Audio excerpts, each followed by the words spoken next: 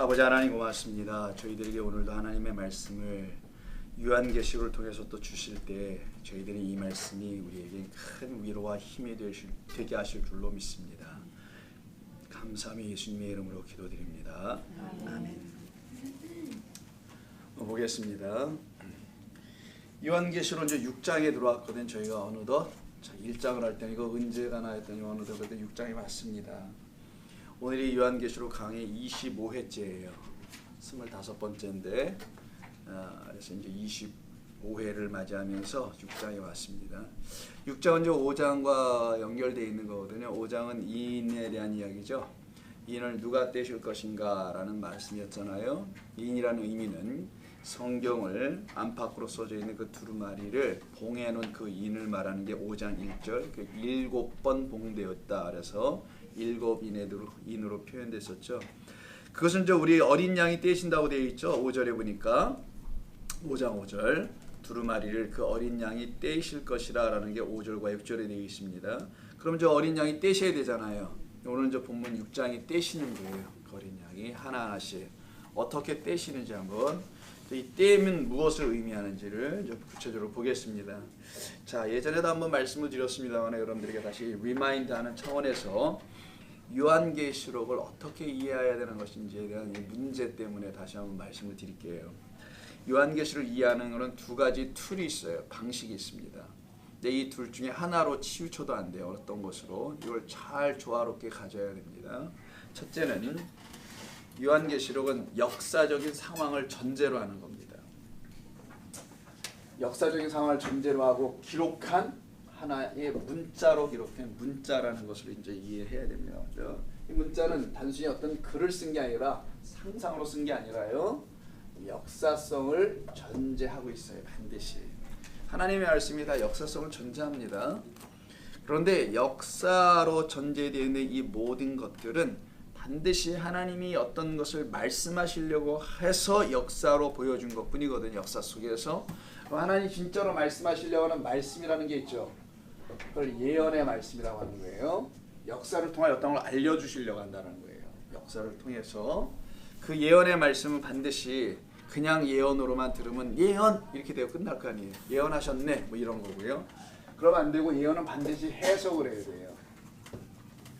자, 문자는 그러면 반드시 하나님의 말씀으로 해석을 요구한다는 것이겠네요.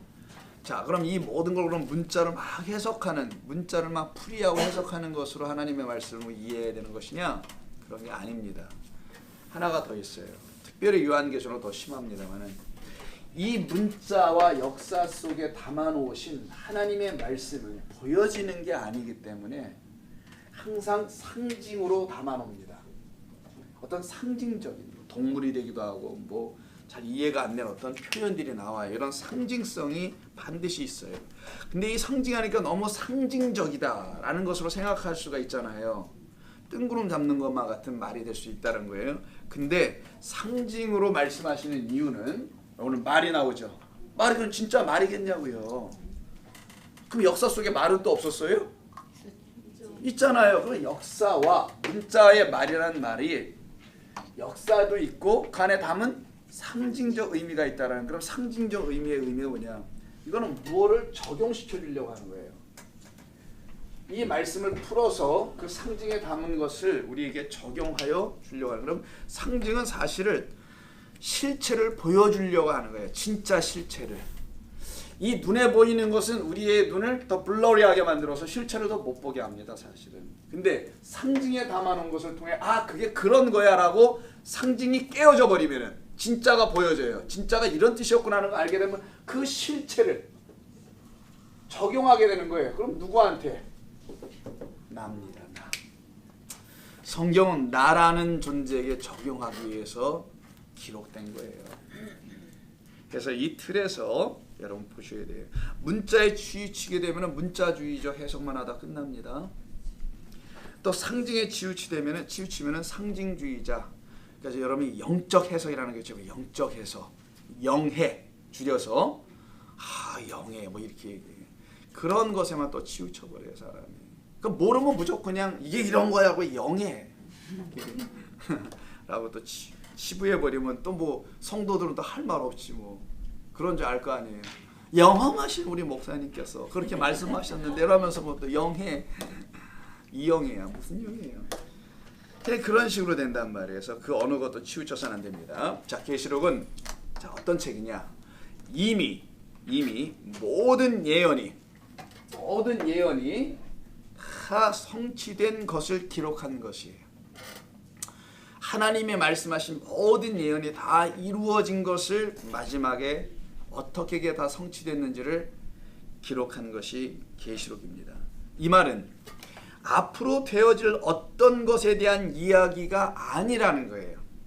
하나님이 뭘 더 하실 게 있다 이런 게 아니라는 거예요. 이미 다 하나님은 다 해놓으셨는데 그 하신 것을 지금 기록을 해요. 그런데 앞으로 되어질 것의 이야기가 남겨있는 것으로 읽어요. 우리가 읽을 수밖에 없어요. 그것은 왜 그렇게 되는 거냐면 이미 하나님께서 그리스도 예수 안에서 다 이루시고 완성하고 성취해 놓으신 하나님의 약속이라는 말씀이 이제 나 있잖아요. 여기 내 안에서 하나하나 풀어져 이루어져야 할 그것만 남아있다는 의미에서 미래적인 게 있는 것뿐이지 하나님이 뭐 이 우주 역사 속에서 뭘 더 하실 일이 있다 남아있다 좀 더 하실 거야 이런 게 있다라는 걸 얘기하려는 게 아니에요. 계시록의 이야기는.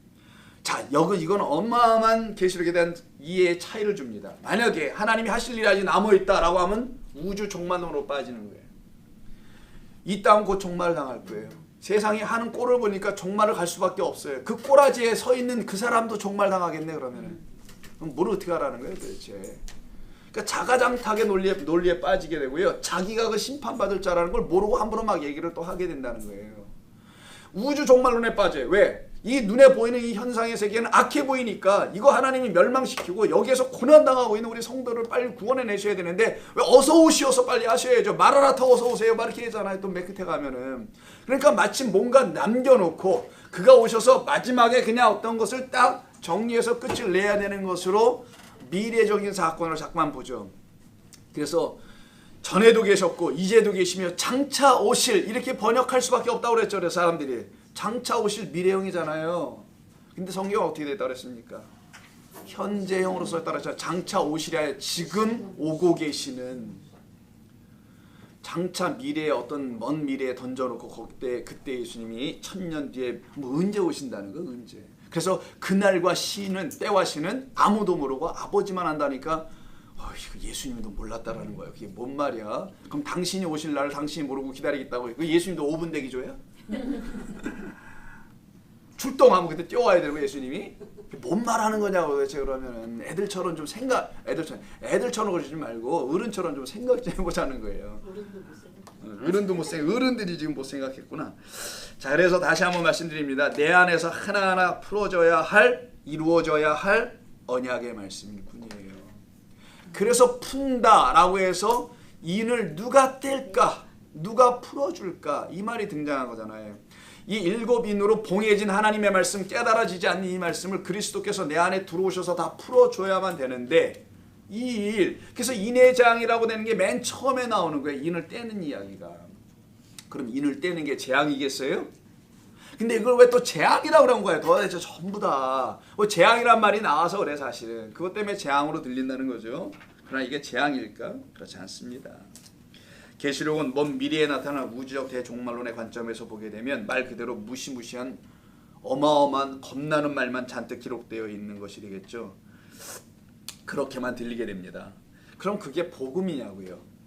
아니지 않겠어요? 나에게는 그렇게 심판이 없고요. 저 사람들에게만 있는 겁니다. 라고 또 이렇게 나눠서 생각하면 또 그래서 그런가? 괜찮은 건가? 자, 오히려 계시록은 언약의 관점에서 기록한 것이고요. 성취된 예언의 말씀을 기록한 것뿐이에요. 하나님의 언약들이 구약의 선지자들을 통해서 어떻게 선포되었는지 그리고 지금 이 계시록에 이르기까지 아니면 지금 이 계시록을 읽고 있는 우리들에게 이르기까지 앞에 올 또 어떤 세대들에 이르기까지 흘러내려가고 있는 것뿐입니다. 이 다 성취된 이야기가. 그 관점에서 계시록을 보지 않으면 오리무중이 됩니다. 나중에. 계시록 6장은 소위 인의 재앙이라는 소 타이틀이 붙여져 있어요. 학자들이 붙였어요. 이거 다. 학자의 혀가 아닌 그 학자들이 붙여가지고 문제인데 어린 양은 보좌에 앉으신 이 하나님이 들고 계신 안팎에 쓰여져 있는 그 두루마리를 그가 받아오죠. 5장에서 했으니까 우리 받아왔단 말이에요. 그 어린 양. 그 받아온 그 어린 양이 그럼 이 인을 하나하나씩 떼게 되죠. 그래서 이제 그 7인으로 인봉된 두루마리를 하나하나 떼어 풀어내게 되는 일을 하는 거예요. 6장 1절부터. 즉 어린 양 그리스도께서 성도인 당신의 양들 우리들 안에서 하시는 일이 무엇인지를 알려주겠다라는 것이 인이 떼는 이야기에 관계가 있는 겁니다. 그럼 그 일이 무엇인가? 우리들 안에서 7인이 하나하나 떼어 7의 말씀이 풀려지는 것이 그 일이라는 거예요. 하나님의 말씀이 이제 알려질 겁니다. 여러분에게 더 구체적으로 들려질 거예요. 그래서 우리에게서 하나님의 말씀이 풀려지지 않았던 그 이유는 무엇이었냐면은 하나님의 말씀이 율법으로만 들려지고 말아버렸기 때문이었던 겁니다. 그런데 이 율법을 이제는 어린 양 우리 주님께서 복음으로 풀어서 알려주시겠다. 여러분 수없이 들으셔서 아시잖아요. 이런 말들은 이제는. 근데 이제 문제는 이렇게 복음으로 듣고 있냐는 거지. 이제 이렇게 된다는 걸 알았어요. 이제 다 우리 교인들은. 그럼 내 안에서 이렇게 듣고 있냐는 거지. 그게 들려지는 자들과 들려지지 않는 자들이 있을 수 있다는 거예요. 그래서 이건 지식으로는 그래 그런요 들려지는 거래. 율법이 복음으로 바뀌어지는 거래. 이게 교회 오는 거래. 뭐 이렇게만 들으면 뭐 할 거예요. 이게 실제로 내 안에서 복음의 소리가 들려져야 되는 거예요. 그 실제적인 그래서 실체가 내 안에 들어올 거라는 거예요.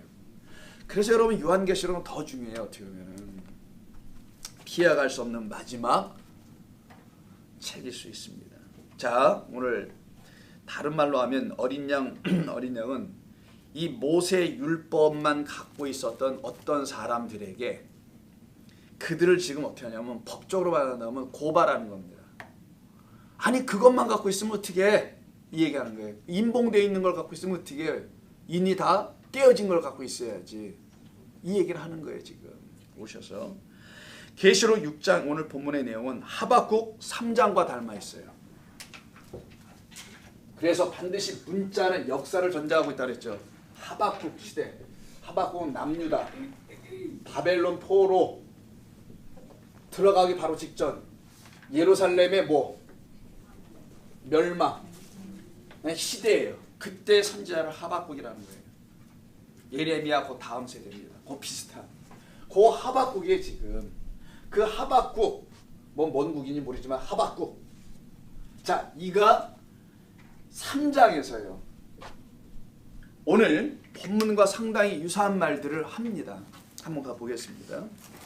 좀 찾기가 어렵겠지만 찾아보세요. 하박국 나움 다음에 있는데 나움 더 어렵지 참. 이가 나움 하박국 이렇게 있나요? 나움도 어디든 1300. 뭐 1302에 있대요. 1302. 네. 한번 찾아보세요. 합 이렇게 써 있을 거예요. 합자라고 약자로는 합.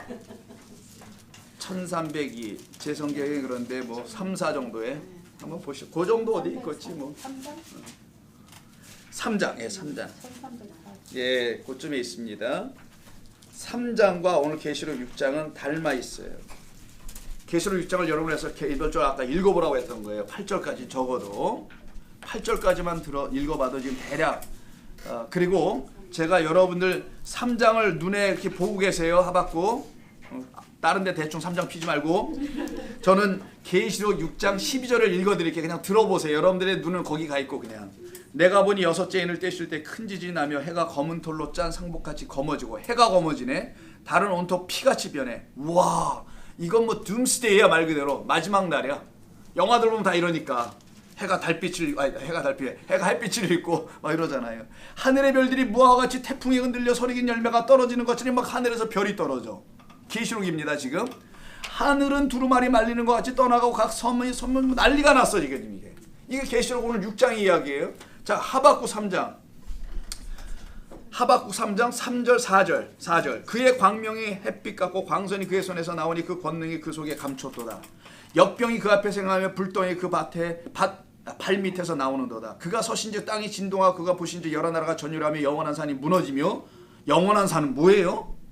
에베레스트 산도 아니고 영원한 산이라는 산이 있어요. 무너지며 자기들이 생각할 때 영원하다는 그 산이 있다라는 거예요. 그럼 뭐겠어요? 딱 눈치가 성전이지 성전. 이건 안 무너진다고 생각하는 거.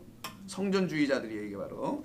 무너지며 작은 산이 엎드려 지나니 그의 행하심이 예로부터 그렇게 하셨도다. 이거 첨단이 아니다. 하나님 늘 이 일만 하셨도다. 내가 보니 구산의 장막이 환란을 당하고 미디안의 땅이 휘장이 흔들리는도다. 여호와 주께서 뭘 타세요? 아이고 오늘 말탄자 나왔네요.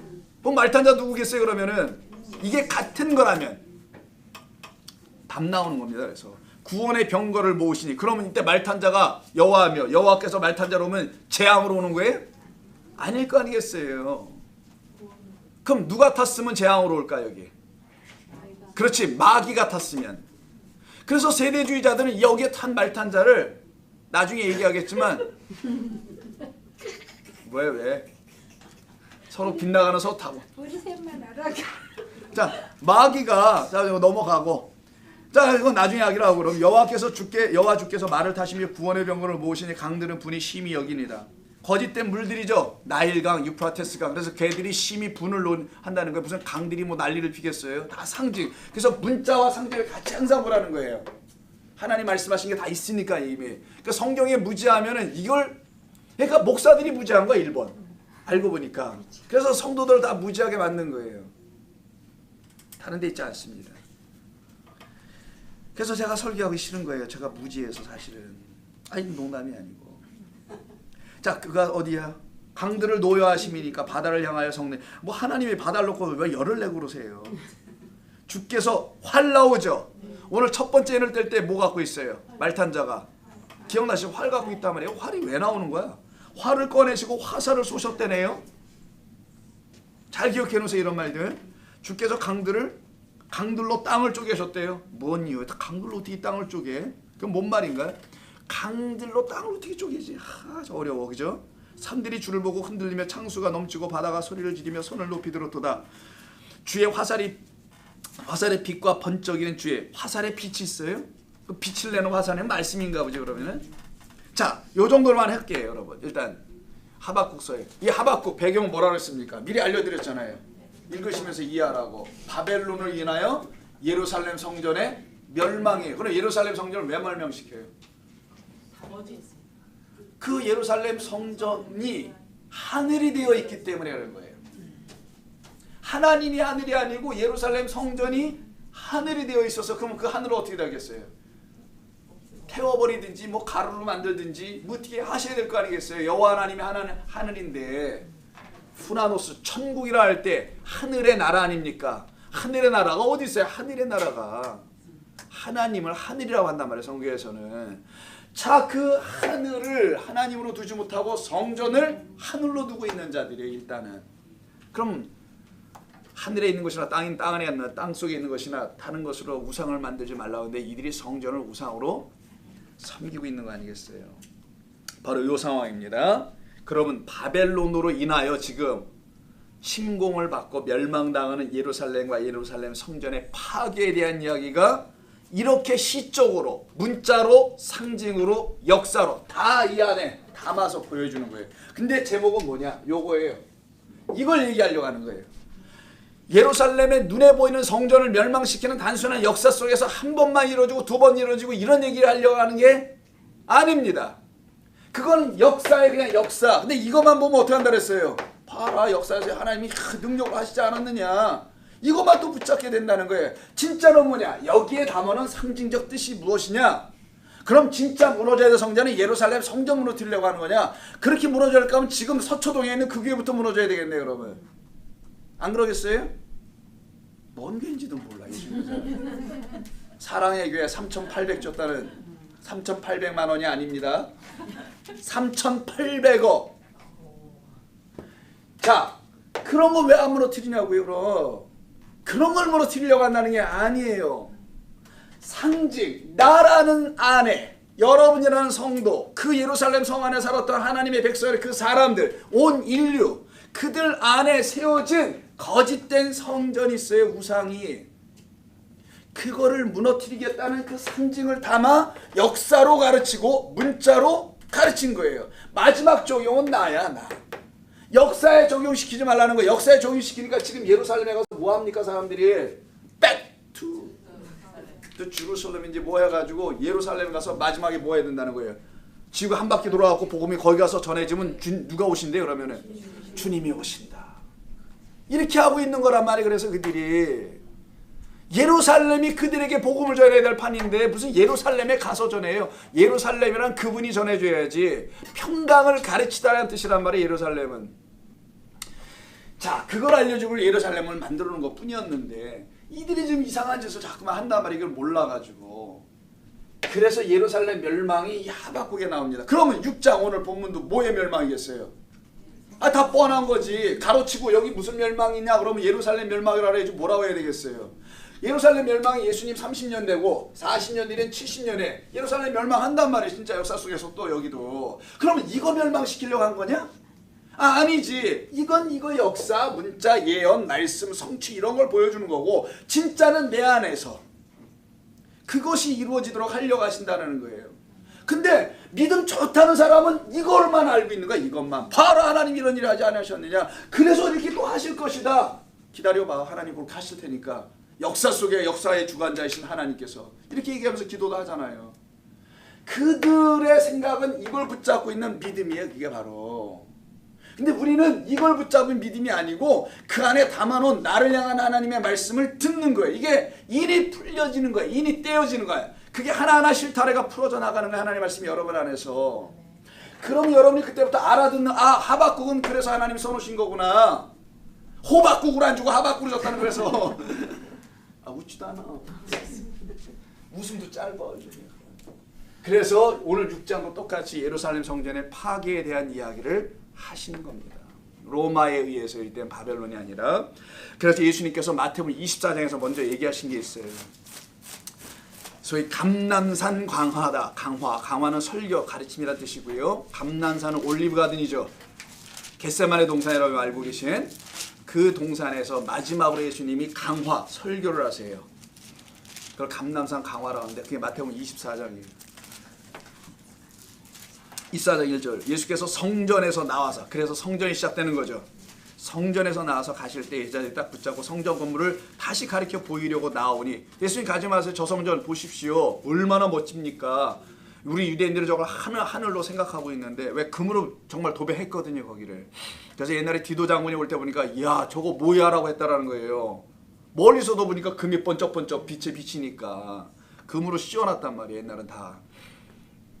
대답하여 이르시되 너희가 이 모든 것을 보지 못하느냐? 못 봤다라는 거예요. 진짜는.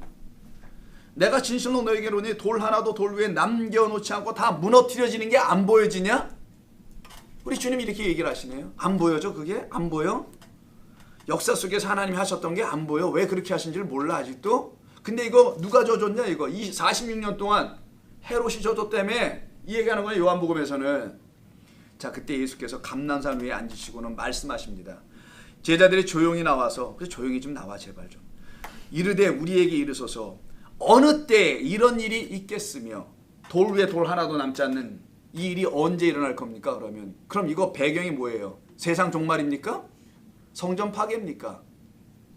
왜 대답을 못하세요? 돌 위에 돌이니까 성전 파괴하네요. 세상 파괴하면 이렇게 안 합니다. 땅이 쫙 갈라질 거다. 지구가 반동강이로 뭐 이렇게 얘기해줘야지. 그분들이 말씀하신 그런 세상 파괴면은 어느 때 이런 일이 있겠습니까? 어느 때 내 안에서 성전들이 멸망당하는 겁니까? 이걸 묻는 거야 사실은. 근데 제자들은 거기까지는 못 묻고 있고 우리에게 알려주는 거죠. 또 주의 임하심이 어디에? 이 세상에? 뭐 재림의 주로? 그래서 자꾸만 재림의 주를 기다리니까 재림의 주들이 나타나잖아요. 문선명에서부터 시작해가지고 걔들 2만이에 이르기까지 10만이는 나오지도 않는데 2만이가 나와가지고 주의 임하심이 세상 끝에는 무슨 징조가 있습니까? 임하심과 세상 이놈의 세상 끝과 그리고 진짜 또 하나 있어요. 14절 이 천국 복음이 모든 민족에 증언되기 위하여 온 세상에 전파되리니 예수님 하신 말씀이 이거는 그제야 끝이 올 거야. 이런 말을 딱 정확히 연결시켜서 세상 종말로 이해했다라는 거예요. 지금 사람들이 교회 교인들이 다른 교회 성도들과 이거 한번 놓고 한번 얘기해 보세요. 아이 그렇다고 당신 이거 아십니까? 하지 말고 또 우리 또 욕먹고 난리는 그러잖아도 지금 그런데 왜 이렇게 되겠어요? 문자로 보시면 어떻습니까? 문자로 이렇게 보니까 역사 속에서 뭐 앞으로 하실 것처럼 보이잖아요. 세상 끝이라잖아. 세상 끝. 끝날 거다 이 세상은. 너무 즐거운 일이야. 이놈의 세상 좀 끝이 나야 되는데 어머 세상 이렇게 말씀하셨어요. 믿음 있는 사람 더 합니다. 아멘. 그들의 믿음으로 그들이 갖고 있다는 믿음으로다가 구분해서 보니까 더하단 말이야 이게. 천하 악한 인간 악한 세상. 저는 뭐 좋은 교회 빨리 멸망당해야 되는데 왜 아직도 교회들 그 교회 계속 다닌대? 뭐 이러고 있다든가. 여러분들 왜 아직도 나오는 거야 여기 진짜? 나 그것도 참 그래. 이유가 있겠지. 자 그럼 보세요. 3절의 세상이 있고요. 14절의 세상이 있죠. 이 세상이 눈에 보이는 세상이 아닙니다라는 거예요. 먼저 눈에 보이는 세상이면 이런 말로 써야 돼요. 코스모스 아시죠? 코스모스. 이게 우주라면서 가스믹 이렇게 하잖아요. 그래서 영어로. 그때나 쓰면 또 세상이라고 여기저기 하나님이 세상을 이처럼 사랑하사. 이때 그건 코스모스예요. 근데 여기는 그것도 아니야. 3절과 그 14절이. 3절의 세상은 아이온. 아이폰은 아니고 아이온. 아이온은 뭐냐? 세대예요, 세대. 한 세대, 두 세대, 1세대, 2세대. 여러분 족보에 몇 대 뭐 이런 거 있잖아요. 몇 세대. 이 세대예요, 세대. age입니다. 이건 age. 영어로 하면은 1세대, 2세대 할 때 쓰는 거예요. age. 세대는 뭐예요? 한 세대가 길어야 30년. 성경에서는 40년이 한 세대. 뭐 이렇게 잡아요. 그러면 예수님이 30년에 부활승천 40년 뒤에 플러스하니까 여기도 나와 있네. 70년. 요 한 세대 그럼 이 세대를 말하는 거야. 이 세대. 이 세대가 뭐라고 세상 끝에는 아니라 이 세대 끝에는 무슨 징조가 있겠습니까? 우리들이 눈 뜨고 살아가고 죽기 전에 무슨 일이 있습니까? 우리가 죽기 전에 무슨 일이 있어야 되는 겁니까? 이걸 물어보는 거야 사실은. 그리고 14절에 나와 있는 세상은요. 그 세상이 아니고 이 세대도 아니고 여기는 오이코메네. 자 이거 좀 쓸게요. 오이코메. 메네. 자 오이코스하고 플러스 메네스에서 나와요. 메노스입니다. 법이에요. 요건 율법, 법.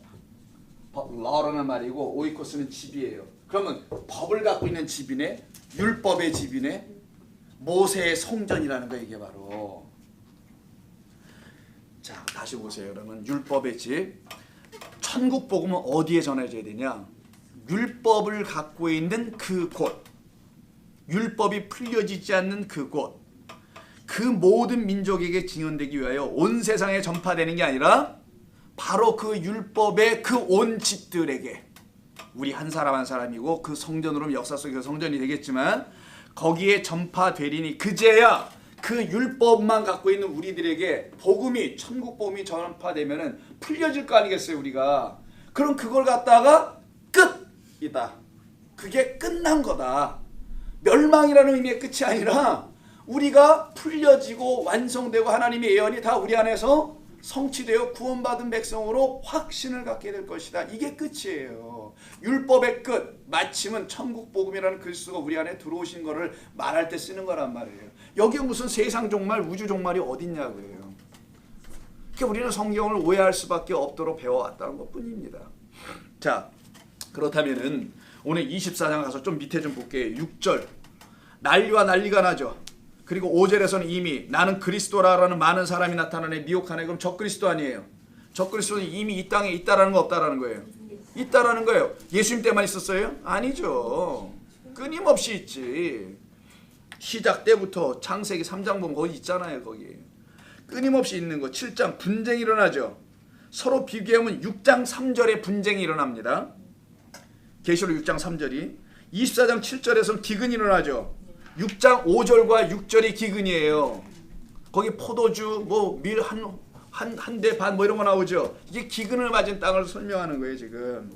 24장 7절 보세요. 민족이 민족, 나라 나라 기근과 막 일어나죠. 그게 그거고. 지진도 일어나네요. 6장 12절에 지진 나온단 말이에요 계시록에. 여러분 왔다 갔다 하지 마세요. 헷갈리니까. 제가 설명하는 거 보고 일단 나중에 차차 가서 보면 돼요. 전체적인 걸 하면 윤곽을 갖자는 겁니다. 그러면 예루살렘 성전의 멸망을 하박국 3장이나 마태복음 24장이나 계시록 6장은 모두 다 함께 설명하고 있는 거잖아요. 그럼 세 번만 무너질 성전이 얘기하는 것은 아닐 거고, 성전은 그들에게 하늘과 같은 것이었죠. 그래서 하늘이 되어버리는 그 성전을 섬겼단 말이에요. 하나님이 아니라. 하늘이 그래서 어떻게 된다고 했어요? 그럼 그 하늘이 그래서 말려가야 되겠지. 그래서 하늘이 말려진다, 무너진다, 가루로 뭐 태워지고 연기가 난다, 이런 말이 자꾸만 나오는 거예요. 우주 공간이라는 그 하늘을 말하는 게 아니고 항상 성경에서 말하는 성경의 하늘이 따로 있는 거 아시잖아요. 성전화되어 있는 그 하늘, 그거를 얘기하는 겁니다. 6장 12, 13절에서 볼게요. 6장 12, 13절. 여섯째 인을 떴을 때 하늘의 이야기 쭉 나오죠. 하늘의 별들 떨어집니다. 13절. 하늘은 두루마리 말리는 것처럼 이렇게 말려. 포대자로 말리듯이, 멍석이 말리듯이 막 말려. 이게 뭔 말이에요? 도대체 말린다는 게 사라진다는 거잖아요. 쫙 펼쳐졌던 것이 다 말아서, 여러분 멍석 깔아놓은 걸 다시 치우려면 말아서 세워야 될 거 아니에요. 그런 것좀 쫙 말아버리는 게 없어지게 한다는 것이죠. 이 이야기가 여기만 나오냐? 베드로후서 3장을 보세요. 이사야에 있는 말을 제가 안 읽겠습니다. 시간상. 베드로후서 3장. 베드로후서의 마지막, 요한일서 바로 직전에 3장 10절을 보세요. 그러나 주의 날이, 그러나 때문에 앞을 좀 읽어야 되나? 주의 약속은 어떤 사람들이 더디다라고 생각하는데 더딘 것이 아니다. 주께서 오히려 너희를 오래 참으사 아무도 멸망하지 아니하고 회개하는 데 이르게 하시려고 지금 하나님께서 기다리고 계시고 연장시키고 계신 것이라는 얘기죠. 그러나 그날은 온다. 주의 날은 온다. 근데 이 주의 날이 도둑같이 온다니까 도둑놈이야 우리 주님이 뭐야. 주의 날이 도둑같이 알지 못할 때 온다, 이런 의미잖아요. 어떻게 보면은. 근데 도둑이 하는 일은 뭐라 그랬어요? 알지 못할 때 오는 게 문제가 아니라 강탈하러 온다고 그랬잖아요. 도둑은 항상 우리가 갖고 있는 세간살이를 강탈하러 오는 게 도둑이지, 우리 뭘 갖다 주러 오는 게 아니잖아요. 도둑같이 온다. 주의 날은 우리의 것을 빼앗으러 온다는 거겠죠. 언제 오냐 이게 중요한 게 아니라 이미 여러분 안에 왔을 테니까 빼앗으러 오는 거예요. 그때 어떤 일이 뭐냐? 빼앗길 때 하늘이 큰 소리를 내고 떠나간대. 요게 빼앗기는 거예요. 요게 어떤 하늘이겠어요? 어떤 하늘? 율법 성전이란 그 하늘, 첫째 하늘, 나라는 하늘이야. 이게 내 안에 있는 거짓된 하늘들, 하나님을 개뿔 알지도 못하면서 그냥 안다고 막 믿어대고 열심을 내고 쫓아내던, 그리고서 혼자 또 끌탕을 하고 뭐 되니 안 되니 뭐 이러고 있었던 우리 모두였던 거예요. 예전에. 그런 우리들을 향하여 우리 주님이 오신다. 오셔서는 도둑같이 오셔서는 그걸 다 빼앗아 버리는 것을 표현하는 겁니다. 어떻게 빼앗는지, 하늘이 큰 소리를 내고 떠나간대. 무서워서 떠나가는 거예요. 그 도둑을 보고서는 두려워서 떠나가는 거예요. 고령치니까 떠나가는 거야. 그리고는 그 하늘을 만들어낸 substance, 재료가 있었을 거 아니에요. 그걸 여기서는 물질이라고 해놨어요. 물질. 하늘에는 무슨 공간에 있으니까 별도 있고 달도 있고 물질이 있다고 생각하잖아요. 그래서 그걸 물질로 번역했는데, 이거 정말 질리게 번역했어요. 이건 물질이 아니고 전에 했던 거 기억납니까? 스토이케이온. 그렇지. 스토이케이온. 스토이케이온이 여러분 초등학문이라고 번역한 단어예요. 신약성경에서. 초등학문 뭐예요? 너희가 믿음이 오기 전까지는, 갈라디아에서 초등학문 아래에 놓인다. 그 초등학문이 율법이란 말이에요. 초등학생들이나 갖고 공부하는 책이라는 거예요. 그러나 너희가 어른이 되고 성장하면 단단한 것도 씹어먹을 줄 알게 되는 것은 율법의 말씀을 소화시킬 수 있는 자가 됐다는 거잖아요. 뭘로? 이 문자와 상징을 깨닫게 해주는 성령으로 말미암아 복음으로 듣고 있다라는 거예요. 이게 단단한 거, 우유만 먹지 않는 자를 말하는 거거든요. 그 상태로 만들어 주시겠다는 이야기를 한 것이 바로 오늘 본문에서 물질입니다. 그 물질이 뜨거운 성령의 불에 녹아진다는 거예요. 풀어진다는 거예요. 그래서 풀어진다고 했잖아요. 녹아 없어진다. 율법이 내 안에서 풀어지는 거예요. 드디어 성령으로 인해서, 진리의 영으로. 이걸 설명하는 겁니다. 근데 이걸 그렇게 이해 못하면 어떻게 하겠어요? 완벽하게 우주종말론이지 뭐. 이거 번역 내용을 봐도 그렇고. 그러면 저는 먼저 대박 실망할 사람이, 두려움에 빠질 사람이 이것을 쓰고 있는 베드로였을 겁니다. 이거 어떻게 해야 되지? 주의 나라 도둑같이 오고 이거 예비도 못하고 방비도 못하고 난리 났네. 이 소리가 나와야 되는데 그런 소리 나옵니까? 뒤에? 하나도 없어요. 그런 말은. 어떻게 준비해야 되냐? 뭘 어떻게 해야 되냐? 두려워서 떨고 이런 일이 없단 말이에요. 이 모든 것이 이렇게 풀어지리니, 율법이 다 풀어질 것이니 너희가 어떠한 사람이 되어야 마땅하냐? 거룩한 행실로 경건함으로 해야 되지 않겠느냐? 하나님의 날이 임하기를 바라봐라. 간절히 사모하라. 내 안에서 그분이 오셔서 할 일을 기다려라. 그날에 하늘이 불에 타서 풀어지고 물질이 뜨거운 불에 녹아지려니와. 우리는 그의 약속대로 의가 있는 곳인 새 하늘과 새 땅을 바라보는다. 이것이 성도들 안에서 이루어지면 그 첫 번째 하늘이 다 사라지고 새 하늘이 그들에게 열려지는 거죠. 새 하늘이 무슨 천국에 들어가는 걸 얘기하는 게 아니고요. 하나님의 말씀이 다 틀려지기 시작하는 걸 말하는 겁니다. 그런데 여기엔 두 가지 의미가 있어요. 이것은 유대 율법주의 본상인 예루살렘 성전의 파괴됨으로 인해서 더 이상 하나님의 백성들로 하여금 하나님을 거짓되게 섬기게 하는 그 우상 숭배와 율법주의에 대하여 멸망시키겠다는 뜻이 하나가 있는 거고요. 우리 안에서. 두 번째는 하나님의 말씀 율법을 사람의 계명과 교훈으로 판단하여 풀어버리는 그 인간의 교훈이 있어요. 사람의 계명. 이것을 우리 가운데서 무너뜨려 버리시겠다라는 말씀을 하는 겁니다. 다른 게 아니에요. 하늘이 무너지고 풀어지고 이런 뜻은 율법주의와 인본주의에 대한 경고입니다. 그것은 우리들에 대한 이야기죠. 그게 계시록의 말씀인 거예요. 그리고 계시록에는 삼중재앙이라는 게 있죠. 세 번으로 겹쳐 나오는 인, 나팔, 대적. 그래서 각각 7, 3, 7, 21, 21번의 재앙이 나온다고 사람들이 생각을 하는데 재앙으로 나타나는 것, 즉 삼중재앙에 나타나는 일종의 심판의 메시지들이 있어요. 근데 이 심판은 재앙도 저주도 정말 심판도 사실은 아니에요. 그런 재앙이나 주고 저주나 하는 그런 심판이 아닙니다. 하나님의 성도들이 될 사람들에게는 하나님의 심판이 곧 구원입니다. 하나님이 내 안에서 그 일을 제대로 해주셔야만이 내 안에 있는 그 성전이 무너질 테니 그 심판을 하셔야만이 내가 구원을 받는 것이라는 것을 알게 된 사람은 왜 이게 재앙이냐? 그럼 재앙이면 이 성경 전체가 재앙이지. 그래서 이걸 재앙으로 보는 사람은 성경 전체가 사실은 이혼의 책이 되고 재앙의 책이 될 수밖에 없게 됩니다. 하나님의 심판은 율법의 종교들에 대한 심판이었던 것뿐이에요. 그들이 붙잡고 있었던 그들의 신앙 원리라는 게 있어요. 거기에 대한 철저한 심판을 하시는 겁니다. 하나님은. 이것이 역사 속에서 예루살렘 성전을 멸망시키신 하나님의 뜻이었던 거예요. 왜냐하면 나라는 한 사람 안에서도 이와 같은 하나님의 심판이 나타나 이루어짐으로 율법화된 신앙들을 갖고 있는 내가 무너져야 되기 때문인 겁니다. 사실은 나를 그곳에서 건져 구원하시려고 하시는 하나님의 온전한 심판을 내가 받아야 하는 것뿐인 거예요. 그래야지 우리들은 깨닫고 거기서 구원을 얻습니다. 실제로 예수님이 승천하신 예루살렘에 있었던 제자들과 사도들이 이 하나님의 말씀으로 인해서 그들 안에 세워진 율법 성전이 하루아침에 무너지지 않았단 말이에요. 율법 성전은 70년에 무너지지만 70년까지 갈 때까지 안 무너져요. 이게 계속. 그래서 율법과 복음, 복음과 율법의 싸움이 계속 일어나요. 서신서를 보면은 아시다시피 갈라디아서 다른 복음을 전한 자는 그가 천사의 말을 할지라도 천사를 할지라도 저주받을 것이야. 이렇게까지 얘기한단 말이에요. 끊임없는 율법과 복음의 대립 싸움이 일어나는 이유가 뭘까? 이 성전이 아직 파괴가 안 되는 거예요. 그들 안에서.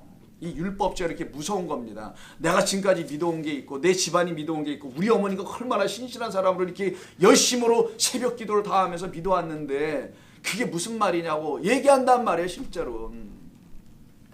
그런 걸 믿음으로 또 신앙으로 원리로 붙잡고 있기 때문인 겁니다. 근데 그게 내 안에서 무너지는 게 쉽지 않아요. 그래서 베드로도 보시면 사도행전에서 2장에서 성령을 받잖아요. 요한과 베드로 가서 대표로 설교를 하죠. 얼마나 짱짱하게 합니까? 근데 10장 가서 보세요. 보재기에다가 하늘에서 짐승, 부정한 짐승을 가득 담아 보내갖고 꿈에 환상이죠. 다 잡아먹으라 했더니 뭐라고 해요? 자기 판단 또 얘기하잖아요. 그게 율법 성전에 지배받는 거라는 거예요. 율법의 말씀에. 아니 율법에 말씀하셨잖아요. 이거 먹으면 안 된다고. 가르치려고 하는 거 아닙니까? 그에게서 남아있는 걸 빼내려고 하는 거예요. 내가 깨끗하다 하는데 네가 왜 잔말이야? 3번 말씀하신단 말이에요. 내가 이미 너 안에서 깨끗하게 해놨는데 너는 아직도 이 눈에 보이는 겉의 것으로 듣는 것으로 아직도 그 성전에 갇혀있는 자들이었다라는 걸 얘기하죠. 이게 하루아침에 되지 않아요. 그래서 매일매일 죽을 수밖에 없어요. 우리는 그래서 뭐 방법이 없습니다. 그래서 오늘 본문 6장 1절 드디어 들어갑니다. 여기까지가 배경이야. 45분 걸렸네. 이걸 먼저 알아야 돼요. 오늘 처음 날이기 때문에 6장서부터는. 드디어 뭐 재앙인지 뭔지 그거 얘기하는 첫날이기 때문에 이 두 가지를 이해됩니다. 문자와 상징이라는 것을. 그리고 6장 1절부터 이제 오늘 본론으로 들어가자고요. 아유 너무 좋아. 기지개 한번 피시고 이제부터 시작. 큰일 나서. 자, 여러분 낙심하지 마시고요. 제가 최대한 빨리 끝낼게요. 저도 지금 이가 아파 지금 하도 말을 많이 해가지고. 자 먼저 인을 떼다 이 말이 나오죠. 6장 1절. 내가 보면 어린 양 7 중에 하나를 떼신다. 이 떼다가 아노이고예요. 자 아노이고 아시죠 여러분? 아노이고는 떼는 게 아니죠 사실은. 떼는 게 아니라 여는 거예요. 열다. 자 아노이고. 안하고도 있지만 아노이가 더 좋아요. 안하고를 아시나 보네. 그래도 뱀장어 형제라고 하죠. 안하고. 자 아노이고는 열다. 뭐를 열려고 하는 거냐. 자 뗀다는 것은 사실 열어주려고 한다는 걸 알려주려고 하는 거예요 예수님이.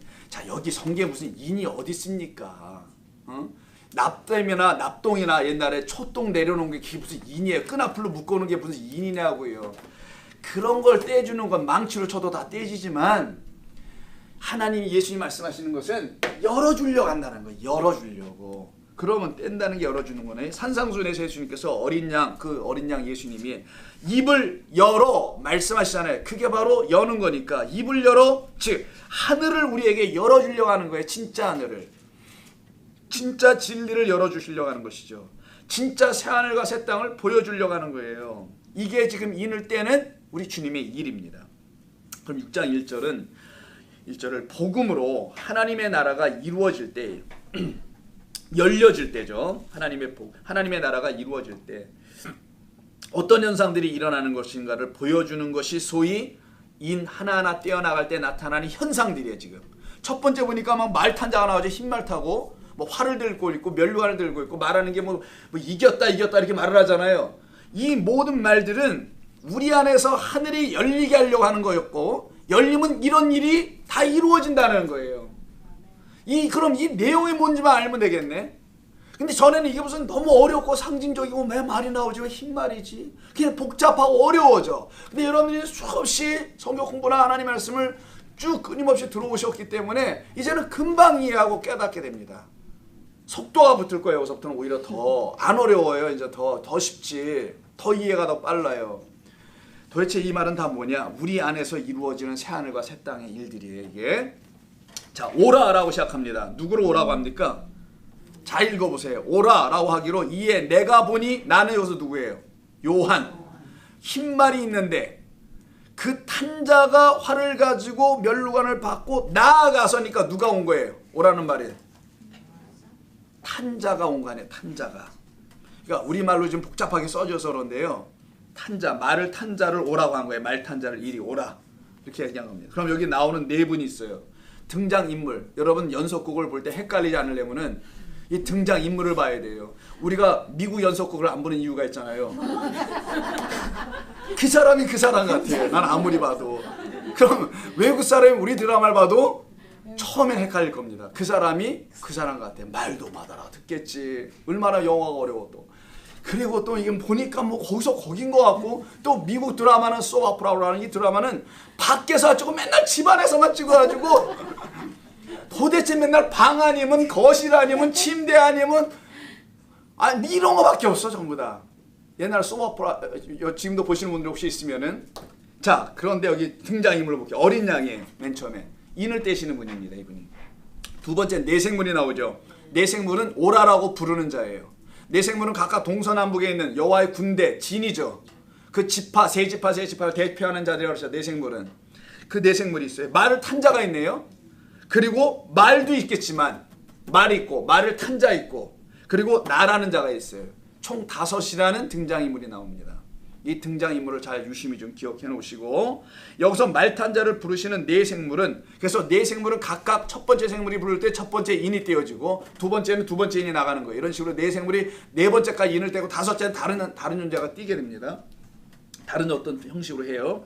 자 그러면 말탄 자를 부르는 네 생물은 어떤 존재냐? 네 생물은 여호와의 군대니까 전쟁하는 거겠죠. 그래서 네 생물이 오라라고 했다는 건 전쟁으로 불러내는 거예요. 지금 전쟁의 상황으로 싸움의 상황으로 전투의 상황으로 전투의 태세를 보여주려고 하는 겁니다. 일단 1차적인 것을 이해하시고 그래서 말이 나오는 거예요. 옛날 전쟁은 못하고 다닙니까? 그렇지 뭐 두더지 타고 다니지 않아요. 말 타고 다니지. 뭐 돼지 타고 전쟁하는 사람 봤어요? 자, 흰말 탄 자가서 튀어나오는 거예요. 근데 이 사람 가만히 보니까 활을 들고 있고 면류관을 들고 있는데 한번 읽어볼게요. 이에 내가 보니 흰말이 있는데 그의 어떤 사람의 말을 타 활을 가지고 있는데 면류관을 받아 나와서는 뭐라고 해요? 이기고 또 이겼다라고 말을 하네요. 자, 그러면 이때 말을 탄 자, 흰말을 탄 자가 승리하고 있다고 반복해서 지금 말을 하고 있잖아요. 여기에서 해석이 나뉩니다. 드디어. 아까 문자 상징 있었잖아요. 그 틀에서 잘 이해하려고 하지 않게 되면은 이해를 못하게 되면 여기서 이제 해석이 나눠져요. 크게는 두 가지 해석이 있게 되는데, 첫째, 이 말 탄 자가 도대체 누구냐는 거예요. 말 탄 자가. 아까 누구라 그랬어요? 여호와께서 못 탔다 그랬어요. 아까 말 탔다 그랬죠. 그러면 통밥 잡으니까 여기도 이제 하나님이죠. 일단은 하나님이 타신다는 거. 구약은 하나님이고 신약은 누구겠어요? 그러면 자, 어린 양이겠죠. 자, 그런데 세대주의자라는 분들이 계시잖아요. 세대주의자. 한국교회, 우리 성도들, 미국교회도 마찬가지로 많은 사람들이 그 영향을 다 받고 있는데, 이 세대주의자들에 의하면은 여기 말 타신 분이 누구냐? 적그리스도라고 생각합니다. 사탄, 마귀라고. 이유가 뭐냐가 중요해요. 나름대로 이유가 있을 거 아니에요. 해석하는 방법이. 그분들께서는 이 어린 양이, 자 보세요. 인을 떼셨어요. 그죠? 인을 떼셨는데 흰말 탄 자를 또 어린 양 예수 그리스도라고 본다면 겹치지 않느냐. 한 분이 두 역할을 하는 것 아니냐. 이렇게 생각을 해서는 인을 떼는 자는 그럼 인만 떼주면 되지 또 말에 올라타면 되겠는가 라고 하는 나름 논리를 펴요. 그럼 저는 그렇게 반박할 수 있어요. 그럼 그분이 말 왜 못 타? 떼고 타면 되잖아. 이렇게 그냥 무식하게로도 덤벼서 그냥 풀어볼 수도 있지만, 자, 예수님이 예수라는 이름으로만 나타납니까? 임마누엘도 있고 뭐 한두 가지가 그리스도도 있고 인자도 있고 보혜사 있고 성령이 있고 뭐 한두 가지예요. 그렇다면은 그분이 왜 다른 역할을 못 해야 되냐고요. 1차적으로. 이게 성경 구약을 모른다 하더라도 그렇게만 생각해도 이거는 얼마든지 그건 말이 너무 어거지 주장 아니겠냐고요. 그분이 또 타면 안 된다는 거예요. 그냥 떼는 분은 떼기만 해야 되고 타는 분은 다른 분이 타야 된다는 거예요. 정말 물 탑니다. 이들이 정말. 썸 타는 거 뭐지? 난 무슨 말이야. 요즘에 썸 탄다는 게 난 뭐 아직 모르겠어. 자, 그래서 어색하다라는 거예요. 이게 이분들은 되게 어색하네. 이 양반이 그것까지 다 하면은 이런다라는 거예요. 그 적그리스도가 예수 그리스도를 흉내내고 있는 것이다 라고 생각하다라는 거예요. 또한 세대주의자들이 이와 같이 해석하게 된 또 다른 이유가 있어요. 그것은 4장 1절을 보세요. 4장 1절을 보면 이일 후에 내가 보니 하늘에 열린 문이 있는데 내가 들은 바 처음에 내게 말하던 나팔소리 같은 그 음성이 이르되 이리로 올라오라 라고 했어요. 그때 이후에 마땅히 일어날 일들을 내가 내게 보이라 했던 성령이 감동돼 그 위로 올라가죠. 올라갔다는 말은 없지만 이리로 올라오니까 갔을 거 아니겠어요. 근데 가지도 않았는데 자우지가 올라갔다라는 거야. 그래서 세대주의자, 기억나는지 모르겠지만 그때 4장 1절 할 때 세대주의자들은 이 부분을 놓고 뭐라고 해석했다고 그랬죠? 그 휴가 간다는 거 있잖아요. 휴가 간다는 거. 그렇죠. 이걸 휴거로 봤어요. 세대주의자들은 여기서 이미 성도들의 휴거가 이루어졌다. 그 6장에서부터 환란, 재앙이 시작되는 재앙을 성도들은 받지 않는다라고 생각하는 거예요. 그래서 이미 성도들은 여기 다 올라가 있기 때문에 백마 타고 오시는 분 예수님이라고 본다면 그분이 왜 성도들을 여기서 심판하셔야 되고 재앙을 주셔야 되겠냐. 재앙을 주는 분이 있다면 우리는 이미 재앙에서 벗어난 자들이니까 휴거당해서 위에 공중 부양 상태로 이렇게 딱 떠있고 상상해보세요. 여러분 발이 떠있단 말이에요. 공중에 재림한 예수와 함께 공중에서 지금 천국 장치를 벌이고 있는지 뭐 하고 있다는 거예요. 이분들의 얘기가. 그리고는 이 밑에 있는 자는 남은 자 누구겠어요? 여러분들 예수 불신종하고 제대로 안 믿은 사람들, 이 불신자들만 남아있어서 그들을 누가 와서 심판한다는 거예요? 적그리스도가 와서 심판하여 괴롭혀다 죽일 것이다. 이렇게 본다는 거예요. 그러면 아까 마태복음 24장 안 받아합니다. 기억해 보세요. 적그리스도가 지금 이때 없대요. 아까 거기 있다 그랬잖아요. 그럼 있다고 했는데 그럼 여기 뭐요?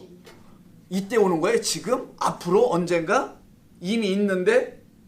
이상하잖아요 또. 그리고 거짓 선지자들은 판치는 세상이라고 이미 마태복음 24장 11절에 이미 되어 있는데, 그래서 끝까지 견디는 자 뭘로?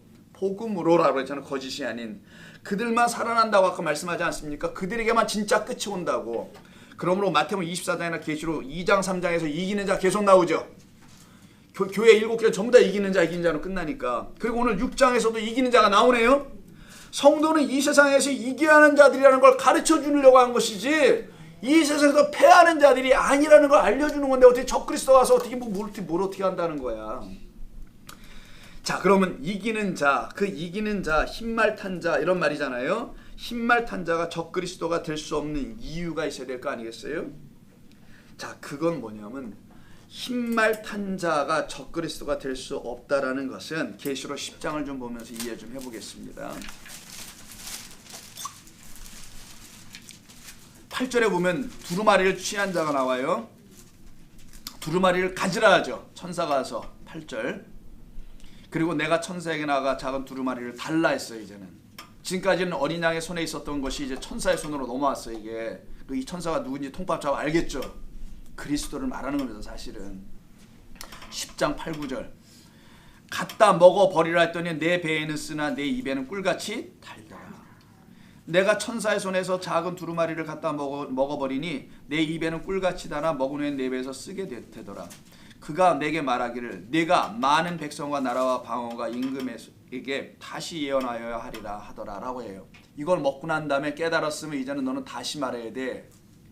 그전엔 넌 잘못 말했던 거야. 이 얘기를 하는 거예요. 지금 다시 말해가서 나 잘못 전했다고 이렇게 얘기하라는 거예요. 이게 어떤 일이 벌어졌을 때 속에서는 쓰고 입에서는 달게 될 때 이때 쓰다가 뭐냐, 요게 바로 내 안에서 하나님이 하시는 심판이라는 거예요.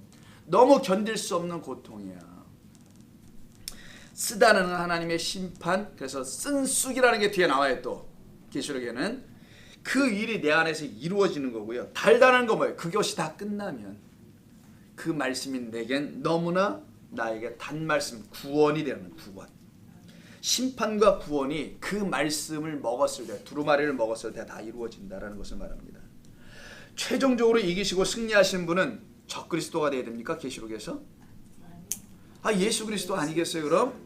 그럼 그리스도 예수께서 이기시는 것이 어디 적그리스도가 이기냐? 그럼 여기 보세요. 다시 6장 가셔서 이기고 이기더라. 더군다나 더블로 반복으로 하셔서 말씀한다고 이거 누가 이기게 되는 거겠냐고요. 이후에 탄자가 누구겠냐고요. 그럼 그리스도 예수셔야죠. 어린 양.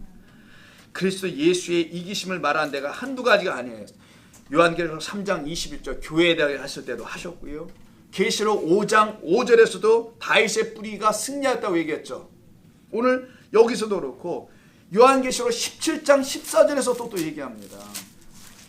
17장 14절 그들이 어린 양과 더불어 싸우려니 어린 양은 만주의 주시요 만왕의 왕이심으로 그들을 이기실 터이라 돼 있잖아요. 이 적그리스도들을. 또 그와 함께 있는 자들 곧 부르심을 받고 택하심을 입은 진실한 자들도 누구겠어요? 우리 성도들. 이들도 이긴다네요. 같이 이기는 거야 지금. 이렇게 이겨야지. 이게 지금 적그리스도가 이기면 되겠어요? 그러니까 이긴다는 니카오라는 이 말은 적그리스도에 쓰는 게 아닌 거예요. 이게 근본적으로 요한계시록에서 성경에서는요. 그들은 멸망을 당하게 되는 것이지 이기는 자가 되지는 못하게 되어 있습니다. 활을 한번 보겠습니다. 활. 6장 2절에 활. 세대주의자들은요. 이 활을 놓고 적그리스도라고 얘기하는 이유가 있어요. 왜냐하면 로마 시대, 지금이 로마 시대니까 이 요한계시록 배경은 로마 시대는 로마 신화가 있었죠. 그리스 로마 신화. 로마 신화에 활을 들고 다니시는 신이 있어요. 그걸 아폴로라고 합니다. 아폴로 신이라고 그래요. 여러분 큐피드의 화살, 활 아시죠? 그거 맞으면 사랑이 감전되는 거예요. 뭐가 어떻게 된다고 하는 그 뻥을 치던 그 활. 그게 그리스에서는 큐피드고 여기서는 아폴로라고 하는 거예요. 로마에서는. 자, 이 로마의 아폴로 신이 활을 들고 다녔는데 그 활을 들고 다니는 로마의 전쟁의 신이에요. 그래서 당시 로마 황제는 곧 로마의 신입니다. 그 황제 가이우스라는 황제가 이 아폴로 신을 흉내내서 자기도 활을 들고 다녀. 그래서 말하는 겁니다. 바로 그때 그런 일이 있었던 것처럼 이 세대주의 이것을 이렇게 해석하시는 분들은 가이우스 황제가 활을 들고 다녔다고 해서 그래서 적그리스도만이 활을 들고 다닌다는 거예요. 그래서 로마 황제를 뭘로 봤다라는 거예요? 적그리스도로 봤다라는 거. 이들의 해석은 한두 끝도 없어. 자기들의 생각을 맞춰내기 위해서는 또 하나님이 기묘하게 뭘 주시기도 하나 봐요. 예수님은 활을 들고 다니지 않으셨다라는 거예요. 이분들의 주장은. 그렇죠. 예수님은 활은 안 들고 다니는 거 맞아요. 신약성에 어디 예수님이 뭐 활로 사냥하고 다니세요 지금? 그렇진 않지. 그들 얘기는 예수님은 활 대신 뭘 들고 다녔다고 합니까? 검을 들고 다녀. 내가 검을 주러 왔노라 그러잖아요. 내가 그래서 예수님은 검을 들고 왔다고 이분들은 주장을 해요. 다니셨기 때문에 백마탄 자는 100% 적그리스도라는 적그리스도래서 활을 들고 왔기 때문에. 그러면 하나님은 활을 안 들고 다니시는가? 사용하지 않아야 하시는가? 하박국 3장 9절 안 볼게요. 여러분 찾기 힘든 거 아니까. 거기에 활이 나와요. 아까 기억나세요? 활. 화살이 쐈는데 빛이 나온다면서 아까 뭐 어디서 주의 화살이라는 말이 나오고요. 시편 45편에서는 그 하나님은 귤을 갖고 계시죠. 실로가 귤을 갖고 있는 것처럼. 그리고 칼도 갖고 계신데 그 사이에 활이 또 있대요. 이 하나님은 활을 갖고 계세요. 그리고 정말 이 활은요, 창세기 9장에 있는 그 활을 갖고 계신 분으로 이미 소개해놨단 말이에요. 뭔지 아시죠? 무지개 언약이라는 활이 있잖아요. 무지개가 아니고 퀘셰트라는 건데 이게 활입니다. 활. 무지개를 가만히 보면 활처럼 이렇게 됐잖아요. 무지개가 여러분 이렇게 있으면 이걸 활이라고 합니까? 이건 뭐라고 그래요? 대접이라고 하지. 어? 뭐 여러 가지로 상상. 여러분의 턱 같아 보이기도 하고, 뭐 엉덩이 같아 보이고 여러 가지로 생각할 수 있어. 근데 이렇게 생기면은 그때는 달라져요. 이거. 이러면 이게 무지개라고 딱 해놨어요. 이거 무지개다 그러면 이거 무지개 같기도 하지만 활 같기도 하다라고 생각하겠죠. 그래서 무지개라는 단어 퀘셰트가, 이 퀘셰트가 여러분 활의 본래가 무지개가 아니고 하나님은 활을 하나 이렇게 공중에다 걸어놨다라는 거예요. 근데 이 우주 공간에 활을 어디 걸어놨냐고요. 우리에게 항상 보여서 알려주려고 무지개로 하나님이 보여주겠다 약속해 놓은 거예요. 그리고 그 무지개를, 이 활을 어디다 두시겠다는 냐면 9장 13절 창세기에 보면은 구름 뒤에 두신다. 여러분 무지개 보셔서 아시죠? 무지개는 구름 뒤에 있지 않습니다. 구름 앞에 있든지 해야 돼. 있으려면 구름 뒤에 있으면 힘을 해서 안 보여. 구름 앞에 있어야지. 물리적, 이 세상의 물리적 법칙에 있어서도 구름 뒤에는 없어요. 구름과 같이 있을 수도 없고. 자, 구름 뒤에 있다라고 말씀하신 것은 무엇이냐면 구름은 하나님의 말씀을 말하는 거예요. 그래서 히브리서 13장 10장에 보면 구름과 같은 허다한 증인들이 있다고 해요.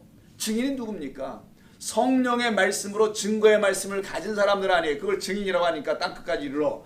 그 증인된 구름 백성, 하나님의 백성, 그 언약을 갖고 있는 내 백성 뒤에다가 딱 갖다 놓을 거야. 그리고 앞에 누가 있다라는 거예요? 구름들이 있다라는 거예요. 그 뒤에는 무지개 언약, 하나님의 말씀이 있고, 이걸 활이라고 하는 거예요. 그래서 이 활을 들고 계신 분이 이미 있었어요. 아까 예수님은 활을 안 들고 있다 그랬죠. 정말 화를 당할 자들이야 그분은. 5장을 보세요. 5장 4장인가 5장인가 5장 3절에 여기에 뭐라고 써있어요? 무지개 나와요 안 나와요? 보좌에 앉아 계시니 무지개가 있어라고 돼 있잖아요. 무지개. 4장 3절. 전부 다 5장에서 죄송해요 여러분. 여러분 죄송합니다. 그래도 여러분들이 졸지 않고 계시네. 이걸 다 찾고 계셨군요. 땡큐. 4장 3절에 보좌에 앉아 계시는 때 무지개가 있어라고 돼 있죠. 그럼 무지개를 갖고 계시다는 거 아니에요. 이게 바로. 어떻게 활을 안 갖고 있어요? 이미 갖고 있는데. 그래서 6장 2절에 활이라고 만들었죠. 여기는. 그러니까 활 갖고 전쟁하는 게 아니라 그 말탄 자 그리스도는 언약의 말씀을 가지고 오는 자, 이 무지개를 가지고 오는 자라는 걸 말하는 거잖아. 이게 지금. 그게 여호와의 진짜 전쟁이라는 걸 가르쳐 주려고 하는 거란 말이에요. 성경의 이야기는. 그럼 여러분들 이해가 되시죠? 이 상징 안에, 무지개라는 상징 안에 담아놓으신 뜻이 있는 거잖아요. 그래서 여러분은 무지개 보면은 그 무지개를 쫓아가지 말고 차로다가 무지개를 보고 생각을 좀 해. 생각을. 저것이 활이구나. 우리 주님이 갖고 계신 언약의 말씀이구나. 그거를 가지고 내게 달려와서는 나와 싸워서 어떻게 한다는 거예요? 이기시겠다. 이기셨으니까 그가 뭘 써요? 그래서 면류관을 쓰는 것은 면류관은 승리하는 자만 쓰는 관이에요. 승리가 없는 자는 이걸 쓸 수가 없어요. 여호와의 승리가 뭡니까? 싸워서 이겨서 승리하시는 거잖아요. 그래서 에스겔서 1장에도 나오는데 그건 뭐 시간 관계에서 안 읽어보고 이렇게 두 군데 나옵니다. 그래서 십자가에서 죽임당하신 어린 양이 이제 뭐 타고 오시는 거예요? 6장 2절 백마 흰말 타고 와요. 여러분 생각해 보세요. 흰말 타고 문둥이가 타고 옵니까 거기에? 아니 왕자가 타고 온다며 적어도 거기는 백마에는. 그럼 밑에서 기다리고 있는 애는 땡순이에요? 점이 이만큼 나 있는 그래 땡순이가 기다립니까? 백마 타고 오시는 분을? 거기 지나가지 그 말이. 장난하는 기분 나빴는데. 점이 여기 있네. 점은 없지만 이름이 점이요.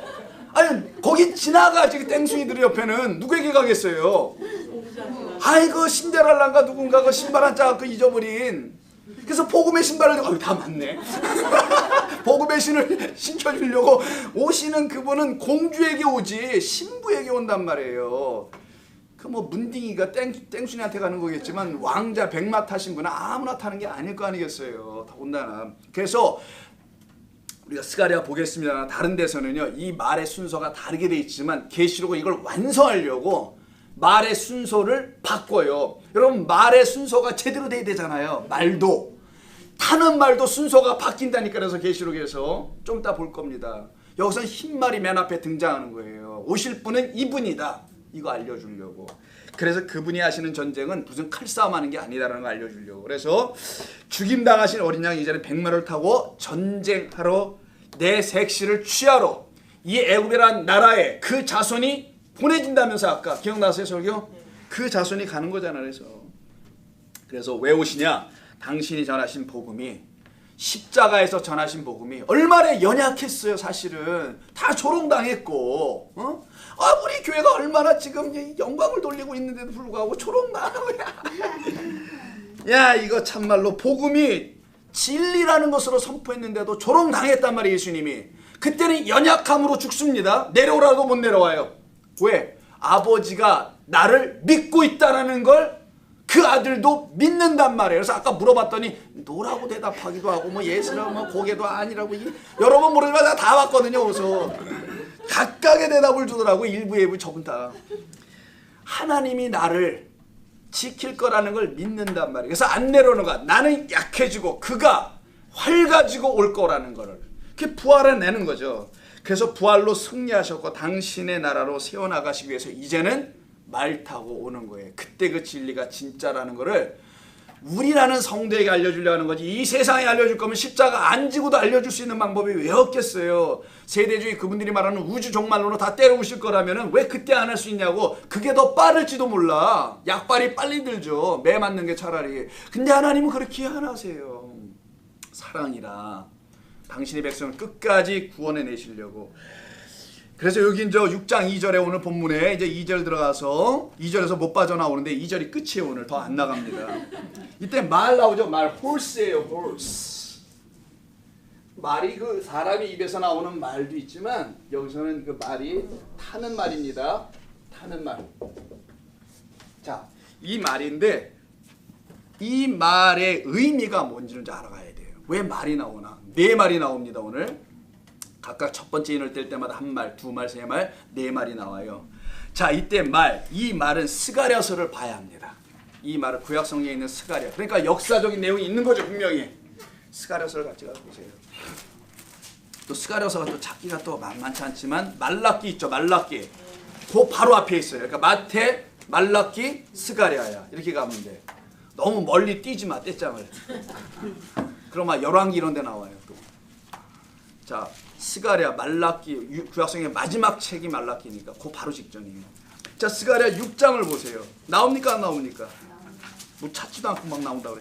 자, 내가 또 눈을 들어 본즉 이렇게 돼 있어요. 천천히 찾으세요. 다 찾은 다음에 볼게. 예, 스가랴 6장 1절에 보면 내가 또 눈을 들어봐요. 그래서 아까 이리로 오라 봐라 이러잖아요. 눈을 들어 본즉 네 병거가 두 산 사이에서 나와요. 네 병거가 나옵니다. 그럼 네 병거는 각각 말 한 마리씩 끌 거 아니에요. 말 한 마리씩 옛날에 끌었단 말이에요. 전차 부대 보면은 기억나십니까? 말하면 흑 끌고 이렇게 두 산 사이에서 나오는데 그 산은 구리산이다라고 돼 있어요. 구리산은 나시라는 말입니다. 구리가 있대. 나시를 많이 들어보셨잖아요. 네. 뱀이죠, 뱀. 그 나시 뱀의 산이야 이게 뭐요? 그게 아니고 나시 창세기 3장의 나시가 알고 보니 구리였다라는 거예요. 구리.